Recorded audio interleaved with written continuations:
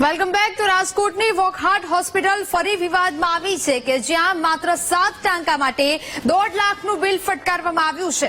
બાળકને હાથમાં ટાંકા લઈને 24 કલાક એડમિટ રાખીને 1.6 લાખનું બિલ ફટકારવામાં આવ્યું। બાળક સાંજે એડમિટ થયું છતાં સવારના ડોક્ટરના વિઝિટના ચાર્જીસ લગાવાયા। બાળકના દાદાના હોસ્પિટલ પર ગંભીર આક્ષેપો। એક ટાંકા માટે હોસ્પિટલ 22,800 રૂપિયા લે છે। દેશની કોઈ પણ હોસ્પિટલમાં ટાંકા લેવાનો આટલો મોટો ચાર્જ નથી।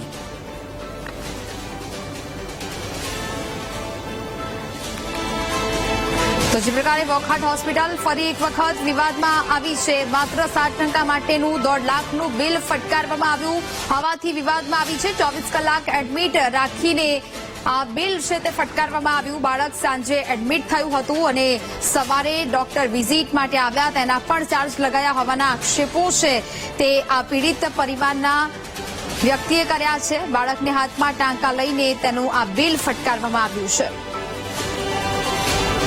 આ જોયા પછી આપને એટલી ખબર પડે કે આ એક વોકહાર્ટ ખાલી મલ્ટી સ્પેશિયાલિટી હોસ્પિટલ નથી જ્યાં આપને સારવાર મળે છે। અહીંયા આપને છેતરપિંડી બી કરવામાં આવે છે।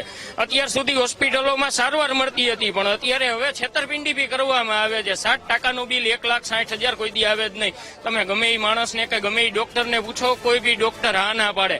હવે દર્દી સાંજે દાખલ જાય છે, સવારે તમે એની પાસેથી ચાર્જ વસૂલો છો, એ કઈ દ્રષ્ટિએ તમે એ ચાર્જ લ્યો છો? અને અત્યારે જયારે માહિતી આપતા હતા આપને વોકહાર્ટના સ્ટાફ ત્યારે એ એટલું ગોખેલા હતા કે એમને સેલ્બી હોસ્પિટલનું નામ લીએ છે।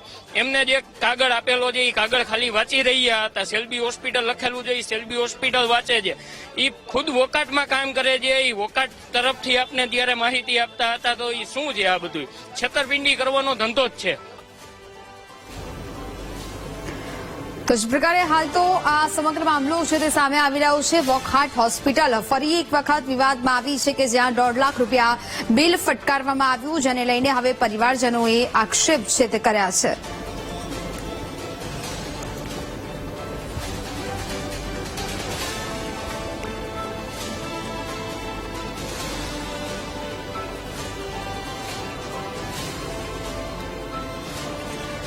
સંવાદદાતા ભાવેશ લાઈવ જોડાયા છે। ભાવેશ, રાજકોટની વોકહાર્ટ હોસ્પિટલ ફરી એક વખત વિવાદમાં આવી છે। આટલું બધું હોસ્પિટલમાં હવે લૂંટવાના ધંધા ચાલી રહ્યા છે। માત્ર 7 ટાંકા લેવા માટે 1.5 લાખનું બિલ ફટકારી દેવામાં આવે છે। આખો મામલો શું છે?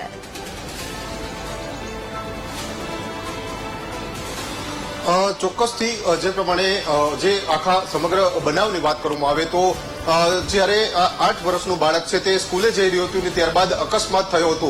અકસ્માતમાં તેને જે કહી શકાય છે કે હાથમાં વાગ્યું હતું, એટલે કે જે પતરું વાગ્યું હતું ને પતરામાં 8 જેટલા ટાંકા લેવામાં આવ્યા હતા। ટાંકા લેવાનું જે બિલ છે તે 1.5 લાખથી વધારે ફટકારવામાં આવ્યું છે।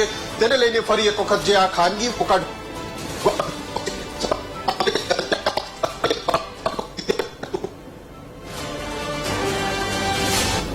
60,000 થી ફટકારવામાં આવ્યું છે, જેને લઈને ફરી એક વખત આ પ્રકારની હોસ્પિટલની કામગીરી ઉપર સવાલ ઉભા થઈ રહ્યા છે। ખાનગી હોસ્પિટલ બિલ ફટકારી રહી છે, તેવામાં આરોગ્ય વિભાગે આ મામલે હજુ સુધી કોઈ પણ પ્રકારની કાર્યવાહી કરી નથી। જે હાલ આ મામલે કોંગ્રેસ દ્વારા પણ ત્યાં હોસ્પિટલ ખાતે જે કહી શકાય છે કે રજૂઆત કરવામાં વિરોધ કરવામાં આવ્યો છે। કોંગ્રેસે પણ ચીમકી આપી છે કે જો આ હોસ્પિટલ તંત્ર યોગ્ય જવાબ નહીં આપે આ બિલ આવ્યું છે લઈને જો યોગ્ય જવાબ નહીં આપે તો આગામી દિવસોમાં આ મામલે ઉગ્ર જે છે વિરોધ છે તે કરવામાં આવશે। આ વિવાદ સામે આવ્યો છે તેને લઈને વોકહાર્ટ હોસ્પિટલ છે તે ફરી એક વખત વિવાદમાં આવ્યું છે। વોકહાર્ટ હોસ્પિટલ છે ખલાવર રોડ ઉપર આવેલી છે। આ હોસ્પિટલને અગાઉ પણ વિવાદોમાં આવી ચૂક્યું છે। એવામાં આજે 8મામાં આ બાળક છે તેને ઈજાગ્રસ્ત થયું હતું ને ત્યારબાદ તેને ટાંકા લેવાના જયારે હોસ્પિટલમાં દાખલ કર્યું એટલે કે 24 કરવામાં આવ્યું હતું। અલગ અલગ જે કહી શકાય છે કે ફી લેવામાં આવી છે। ડોક્ટર જે વિઝિટ છે તેનો ચાર્જ અલગ અલગ ચાર્જિસ દેખાડવામાં આવે છે કે ત્યારબાદ આ એક બિલકુલ ભાવેશ, જાણકારી બદલ આપનો આભાર। એટલે એ લોકો ઇમરજન્સીમાં એનો ઘાવ સાફ કરે એટલે પાટો મારી આપ્યો। પછી અમને પૂછ્યું કે ભાઈ તમારે મેડિક્લેમ છે? તો કે હા છે। તો કે રૂમમાં એડમિટ થઈ જાય અને 24 કલાક તમારે રહેવું પડશે। તો કઈ વાંધો નથી। અમે 24 કલાક એડમિટ થયા અને 24 કલાક પછી આપણે બિલ ભાગ્યો કે તમે અમને બિલ આપો કે હજી એપ્રુવલ થયું નથી। એ બિલની અંદર અમને 2 કલાક અમને વેઇટ કરાવડાવી। રાતના 5 તારીખે રાતના 10 વાગે 10 ને 47 આજુબાજુ એ બિલ અમને આપ્યું એને, ત્યારે જોઈને અમારા હોંશકોશ ઉડી ગયા. એ 8 સ્ટીચના એને 1,60,910 રૂપિયા બિલ કરેલું હતું. એ અમને એમ લાગ્યું કે આની અંદર ઘણું ખોટું થયેલું છે. પછી એ બિલની અંદર ડિટેલમાં જોયું તો એકના કોઈના 15,000, કોઈના 21,000, કોઈના 11,000, કોઈના 10,000 ઇમરજન્સી ચાર્જ આટલો અને વિઝિટ ચાર્જ આટલો. અને બીજું કે કેશલેસ મેડિક્લેમ હોવા છતાં અમારી પાસે પહેલો વહેલો 1,28,000 રૂપિયા રોકડા, ત્યારબાદ 7,500 રૂપિયા રોકડા બંને જમા કરાવેલા. અને જ્યારે અમે ડિસ્ચાર્જ થયા ત્યારે અમે વાત કરી કે અમને રકમ પરત આપો, તો અમને ફક્ત 1,400 રૂપિયા પાછા આપવામાં આવ્યા. તો 8,400 રૂપિયા કેશલેસ મેડિક્લેમમાં કઈ રીતે એ લોકો લઈ શકે?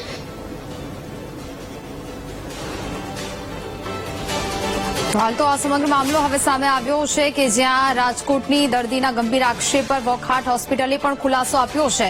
દર્દીને હોસ્પિટલમાં ઇમરજન્સીમાં દાખલ કરવામાં આવ્યા હતા તેવું દુષ્યંત પટેલે આ પ્રતિક્રિયા આપી છે. મોટો ચેકો હતો અને ડસ્ટ પણ હોવાથી ઇમરજન્સી સર્જરી કરવી પડી હતી. સારવારના બીજા દિવસે જ રજા આપવામાં આવી હતી. જે વુન્ડ છે, જે ઇન્ફેક્ટેડ છે, તેનું ઇન્ફેક્શન વધારે એને શરીરને નુકસાન ના કરે અને એટલા માટે ઇમરજન્સી સર્જરી કરવી પડી હોય. આફ્ટર કન્સન્ટ, ડિટેલ આપણી સંમતિ લીધા પછી, સંમતિમાં પ્રોસિજર સંમતિ પણ આવી જાય અને એસ્ટિમેશન સંમતિ પણ આવી જાય. ડિટેલ બિલિંગ સંમતિ પછી આપણે એને સર્જરીમાં લીધું છે, ઇમરજન્સી સર્જરીમાં. અને પેશન્ટની સર્જરી સારી રીતે પતી. રાત્રે એમને રૂમમાં શિફ્ટ કર્યા. બીજે દિવસે રાત્રે એમને આપણે ડિસ્ચાર્જ કરી શક્યા. આ પૂરી કાર્યવાહી એકદમ સ્મૂથલી સારી રીતે પતી છે અને નેક્સ્ટ ડે એમને સાંજે લેટ ઇવનિંગ ડિસ્ચાર્જ કરી શક્યા. અને 8 તારીખે પાછા એવો ફોલોઅપમાં આવેલા હતા. જ્યારે ફોલોઅપ એટલે કે ઓપરેશન થયાના ડિસ્ચાર્જ થયા પછી આપણે એમને પાછા બોલાવતા હોઈએ ડ્રેસિંગ કન્ડિશન જોવા માટે. ડોક્ટરે એ ડ્રેસિંગ કન્ડિશન વગેરે ડિટેલ એક્ઝામિન કરી અને એ પ્રમાણે એમના પ્રમાણે વુન્ડ ચોખ્ખું છે અને હિલિંગ સારું ચાલી રહ્યું છે. મતલબમાં ઓપરેશનનું જે અગત્યનું આપણું કામ હતું તે પૂરું થયું અને હવે પેશન્ટ રિકવરી ફેઝમાં છે.